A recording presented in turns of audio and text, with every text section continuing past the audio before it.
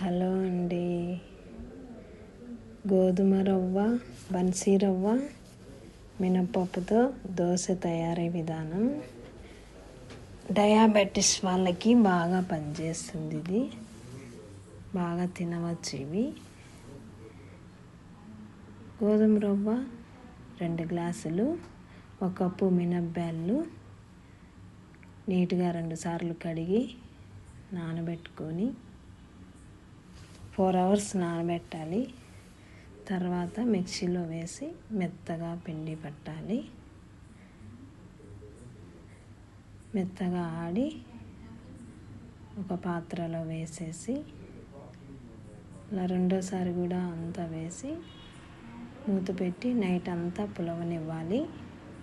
Morning లేచి చూడగా ఇలా పొంగింది. ఇలా బాగా పొంగుతుందండి. దీంట్లో సాల్ట్ వేసి బాగా కలపాలి. కలిపి వాటర్ అవసరమైతే వేసుకోండి చూసుకొని. మామూలు దోశ పిండిలానే అండి. అంతా వెయిట్ లాస్ అయ్యే వాళ్ళు కూడా, కావాలనుకున్న వాళ్ళు కూడా ఈ దోశలు తినవచ్చు. బాగా వెయిట్ లాస్ అవుతారు ఈ దోశలు తినడం వల్ల.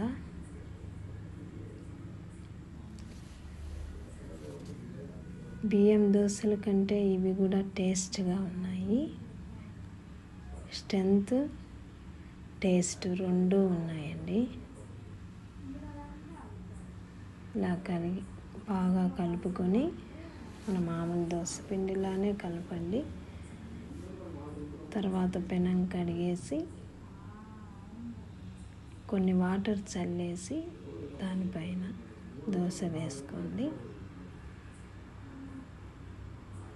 మీడియం ఫ్లేమ్లో పెట్టి ఎర్రగా కాలనివ్వండి. ఎర్రగా అయిన తర్వాత తిప్పి అవతల పక్క కూడా కాల్చుకోండి.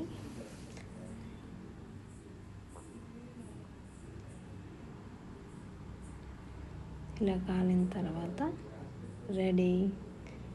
దోశ రెడీ అయిపోయింది.